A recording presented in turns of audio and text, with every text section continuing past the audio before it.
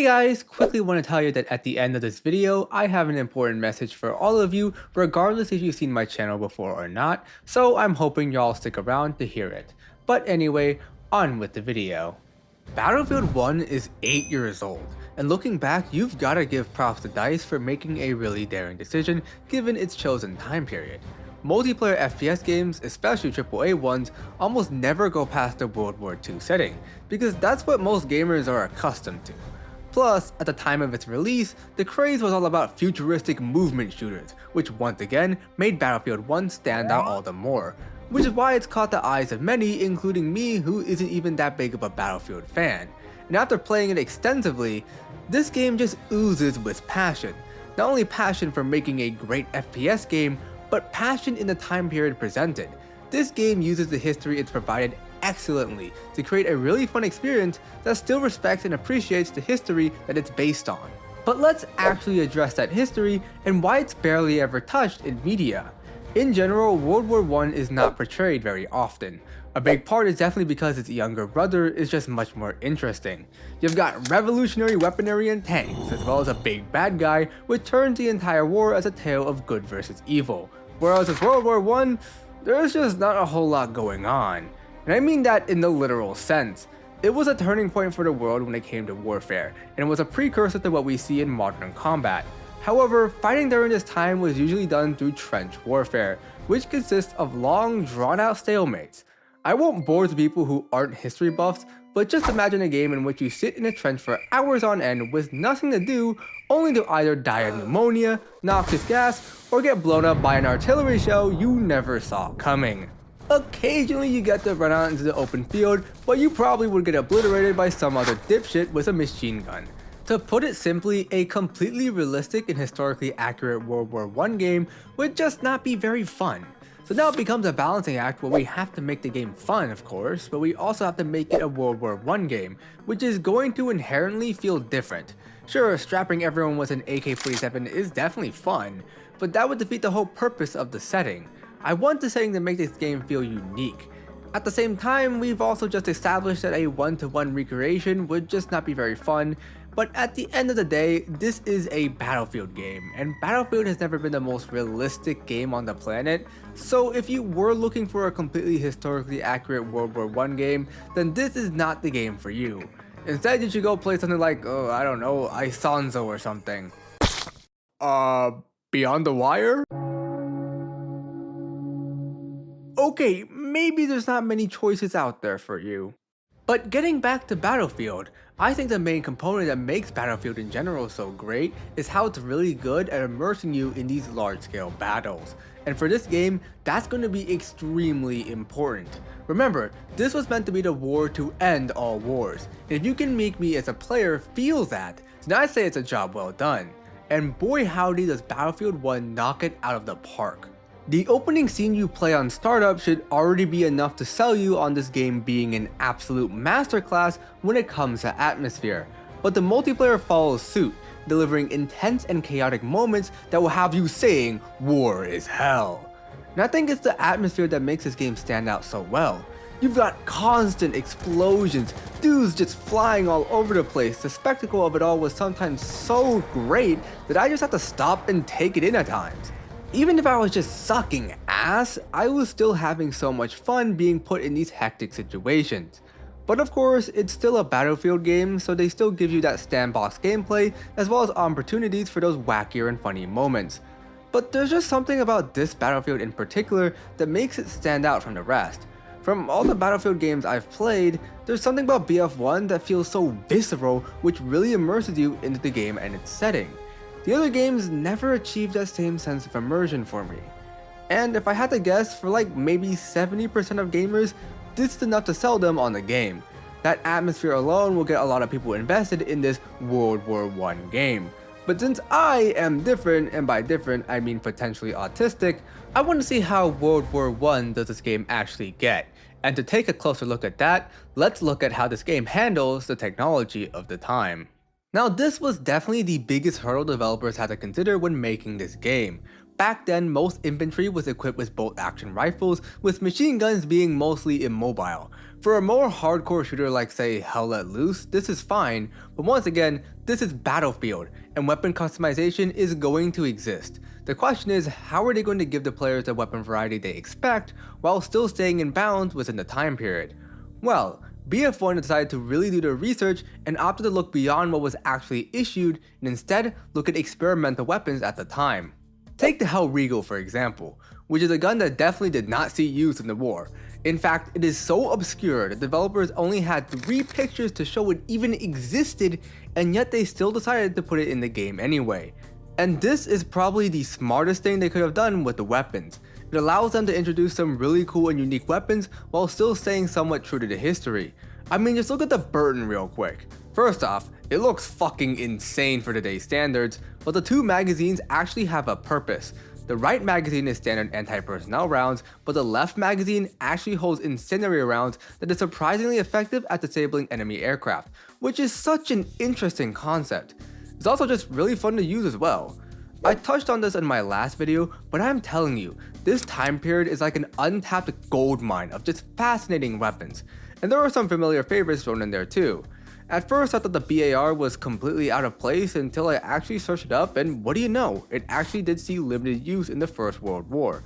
And that's something I always love, when games or any media in general can get me to be curious and actually learn more about the history they're portraying. But going back to the game, like every other Battlefield except for 2042 for some fucking reason, there are 4 classes to choose from, which are Assault, Medic, Support, and Scout. However, in this game, each class feels much more specialized. There are distinct benefits and sacrifices you are making by picking each class, and each feels like they have a distinct role. Starting off with Assault, this is your rushdown class, getting close and mowing down enemy gamers. This class mostly consists of SMGs, which I was initially very concerned about, because this is meant to be a World War I game, and to have an SMG that can laser people across a map would not fit that setting. But I'm happy to say that they did a pretty good job at making the SMGs fit. They really work best at close range, and anything further is kind of a gamble. You really are sacrificing your range picking this class, and I like how it changes up your playstyle. You're going to be careful and take engagements you know you can win, but you're definitely vulnerable when you're out in the open. Sure, a lot of people will argue that like 80% of these guns are not realistic and wouldn't have seen service, but once again, this is a Battlefield game, and we're going to have SMG variety whether you like it or not. But the SMGs still feel time appropriate. A lot feel kind of clunky to use, and I like that. These guns are supposed to be very new, so it makes sense that they don't feel as clean or as crisp as a modern MP5 or something. Well, at least most of them do, because there's a certain gun that feels better than most modern SMGs, but we'll just ignore that for now. However, SMGs are kinda cringe, not gonna lie. If you want to be more historically accurate, then I would suggest a nice shotgun with a healthy dose of noxious gas to make what I like to call the war criminal build. Oh, and speaking of gas, I loved how they put it in this game. Chemical warfare was a huge part of World War I, but in game, it's hard to make effective if you just give players gas masks. In BF1, however, gas masks prevent you from ADSing, so it's a great tool to funnel classes who usually play at longer ranges into those close range encounters where you have the advantage. Assault also has the advantage when it comes to explosives. This class is also the obligatory anti-tank class, and sure, you could use the AT gun, which is basically a makeshift rocket launcher, but come on, getting up and personal with a few bundles of dynamite will never not be satisfying. Next we have Support, and like the name suggests, it's a supportive class. You can resupply your buddies when they're low on ammo. But to be perfectly honest, I don't really like Support. This is mainly because I don't like the LMGs in this game, which is what most of Support's primaries are. This is because of something called random bullet deviation. Basically, the spread of your gun gets more accurate as you sustain fire, but that means that initially, your accuracy is going to suck. This can be mitigated by standing still or using a bipod, but for me, that doesn't fit my playstyle. Unless I'm sniping, I like to be moving around, and Support is not really a mobile class. The only LMGs I enjoy using are the LMG-08 and the Lewis gun, and I also do like the Burton and the Bar, but the rest of them just don't feel right to me. Ah well, I understand that Support can be a helpful class, but not a class for me. Instead, I much prefer to help my team with the next class, the Medic. Through the power of illicit substances, you can heal any wound no matter how fatal. But don't discount the firepower because Medic has some of the wildest but also the most versatile weapons. I mean, just look at this thing, it looks nuts! It even has some interesting sights that may need some getting used to, but once you get the hang of it, this thing is a beast that can shred enemy infantry. Medic weapons can be hit or miss, but when they hit like a bayonet charge. They're not only unique, but there's also a lot of variety when it comes to ranges. And with a good selection of firearms, many people end up choosing Medic and don't actually revive people. But you know what? Those guys are fucking pussies, okay? Real Chad medics save every life they can, and that's why Medic is the best class. Plus, in my experience, the difference between the teams getting rolled versus the teams doing the rolling is that a good team usually has some competent medics. So, if any of you actually want to win something, then you better stop camping with an auto-loading rifle and instead do your fucking job! Now finally, we have Scout, which is a sniper class. Battlefield sniping has always been a cut above the rest, mainly because of the projectile weapons, and this game is no different. Sniping is just so satisfying, and part of it is the weapons you're given. Since most of Scout's weapons are not experimental, they just look so clean compared to some of the other monstrosities the other classes have. But god, I just fucking love these snipers, man. The weapon designs are so slick and clean, and that headshot sound is practically orgasmic. I didn't know I could get a boner from a gun, but playing with these got my extended barrel equipped, if you know what I mean. Oh god, I really am American. But of course, gameplay wise, once you get the hang of sniping, it just works like a wet dream. Oh yes. Oh, you cannot stop me. Oh, I'm nuts.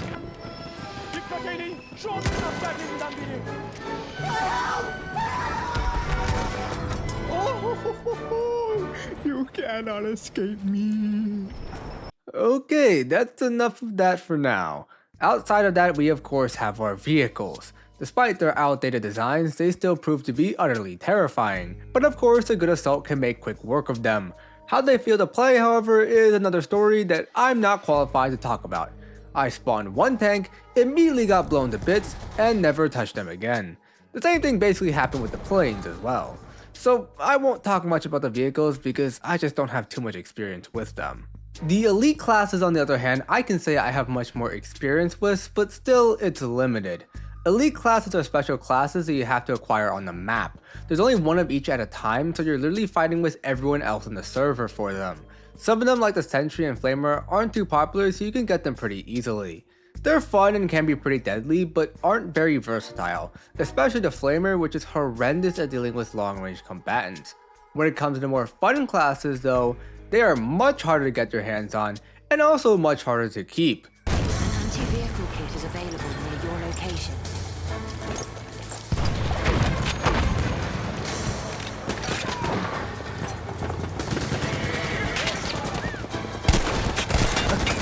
Ow.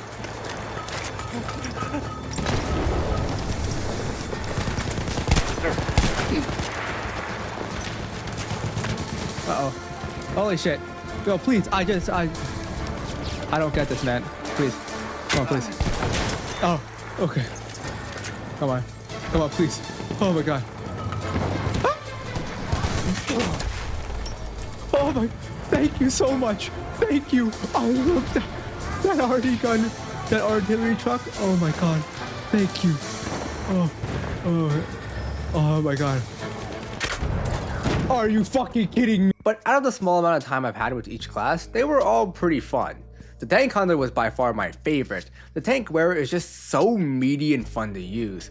The Infiltrator was also fun, but I'll be honest, I had no idea what all of this stuff actually did. And finally the Trench Raider, I didn't get much of a chance to play with. I got him like once or twice, but every time I died very quickly. But from what I've seen, he can be a force to be reckoned with in the right hands. Now, the elite classes aren't the most historically accurate. For one, the tank wearer in real life is like 30 to 40 pounds, and in game, the guy is just zooming around with it. But if you dig deep, you can definitely find the inspiration for each class. Overall, the elite classes are just a great addition that adds a lot of variety in each match. But moving on from that, Let's talk about the maps in this game because they're absolutely phenomenal. Not only are they just incredibly well designed, but the locations are also just gorgeous to look at. The maps in this game I feel have a good mix between close and condensed spaces for close quarters action, and also wide and open landscapes for more long range encounters. For most maps, any playstyle will work depending on how you play them. Maps like Ballroom Blitz is a good example of this, where there are open spaces for long range combat, but a lot of the action is centralized within the ballroom so the close range junkies can get their fill.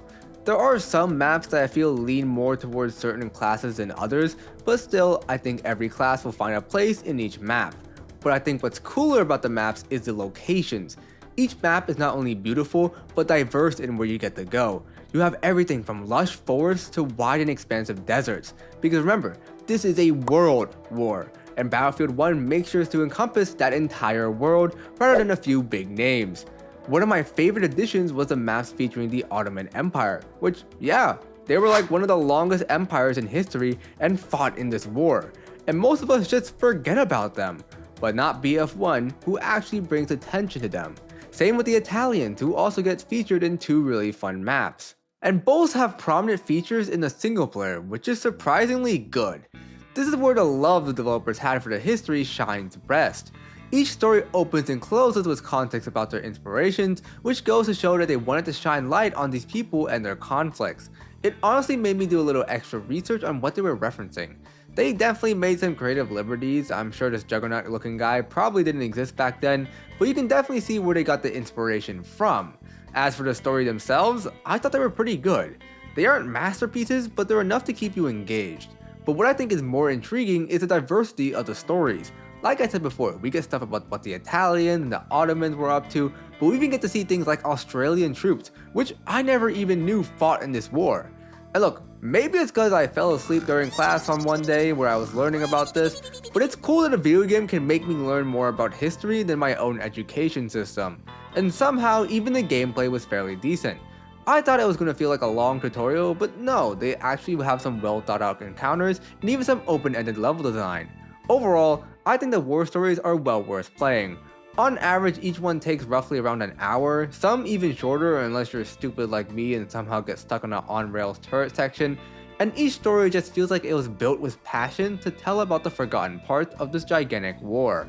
And that's what consistently keeps coming up throughout every part of this game, which is the fact that developers seem to have such a deep passion and appreciation for the history they are portraying.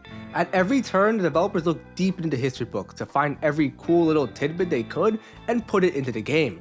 Everything from the weapons to the tanks to even the factions shows they delve deep to find out as much as they could. Even little things such as the fun facts in the loading screens are not only just interesting to learn, but also show how passionate developers were about the history to learn all these fun facts.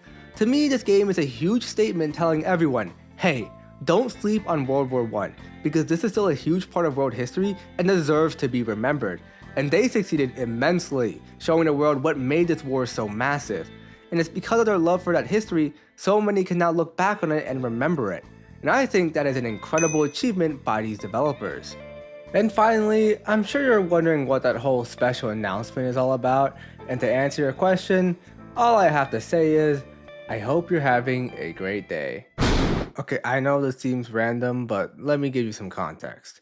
Subscribers of my channel may realize that it has been a while since I've last uploaded, and this is mainly because I've been going through a bit of a mental health crisis, to say the least.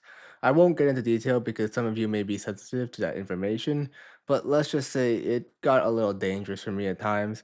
But don't worry, I've been diagnosed with bipolar disorder and I've gotten much better since then. So, for one, this is meant to explain where I've been, but more importantly, I just wanted to tell anyone, regardless of whether you're a subscriber or not, that I hope you're doing well in life no matter what your situation is. These past months have really opened my eyes to how important mental health is, and I really can't do much right now behind the screen to help people, but just know there are people out there that care about you and want you to succeed. And if you're going through some tough times right now, then stay strong. There is light at the end of the tunnel, I promise you. You just have to keep going no matter what happens. But yeah, that's about all I got for you guys, so stay safe, y'all.